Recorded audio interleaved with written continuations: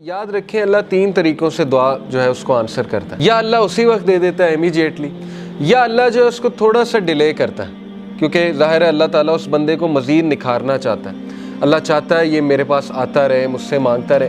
یا اللہ اس کا رد بدل ایسا دے دیتا ہے کہ اس کو سکون آ جاتا ہے. اللہ تعالیٰ سے جب مانگنا ہے تو تگڑا بن کے مانگنا ہے، اتنا توکل، اتنا بلیف ہونا چاہیے. یہی تو مومن کی مثال ہے. مشرک کی مثال کیوں اللہ نے کہا ضعیف ہے مانگنے والا؟ کیونکہ اس کے ہارٹ میں ڈاؤٹس ہیں، اس کو مانگنا ہی نہیں آ رہا ہے، اس کو پتہ ہی نہیں ہے میں نے مانگنا کیسے. لیکن بلیور کے ہارٹ پہ اللہ تعالیٰ نے یقین طاری کیا ہوا ہے کہ وہ مانگنے والا بھی بہت اسٹرانگ ہے، اور جس سے مانگا جا رہا ہے وہ تو پھر اللہ ہے. اللہ سے جب مانگتے ہیں تو پھر 100% ہوپ کے ساتھ مانگتے ہیں. یہ دعا کے آداب میں شامل ہے.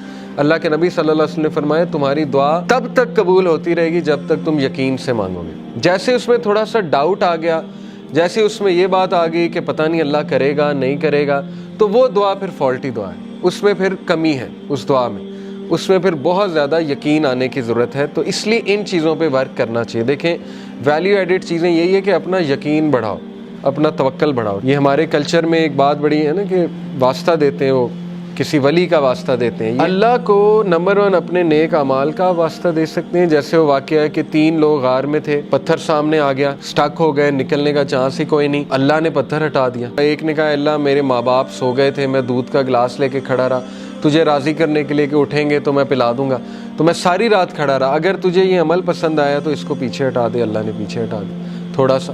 دوسرے نے کہا اللہ مجھے دعوت گناہ، میں گناہ کرنا چاہتا تھا، لیکن اس عورت نے جب میں انٹر ہونے لگا تو اس نے کہا اتق اللہ، اللہ سے ڈر جا. تو اس نے کہا میں ڈر گیا اللہ.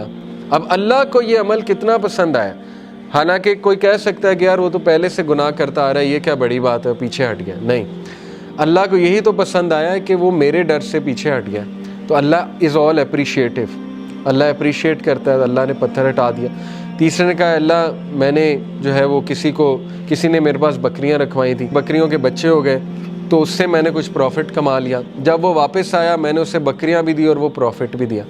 یعنی اس لیول کی آنیسٹی. تو اللہ اگر تجھے یہ پسند آیا ہے، تیرے لیے کیا تھا اور تجھے راضی کرنے کے لیے، تو پتھر مکمل ہٹ گیا. تو یہاں سے ثابت ہوتا ہے کہ اپنا وہ عمل آپ نوٹ کریں جو آپ نے خالص اللہ کے لیے کیا ہے. اچھا ہے کہ آپ نا ہر عمل پیور اللہ کی رضا کے لیے کیا کریں، کیونکہ مصیبتوں میں وہ چیز کام آئے گی.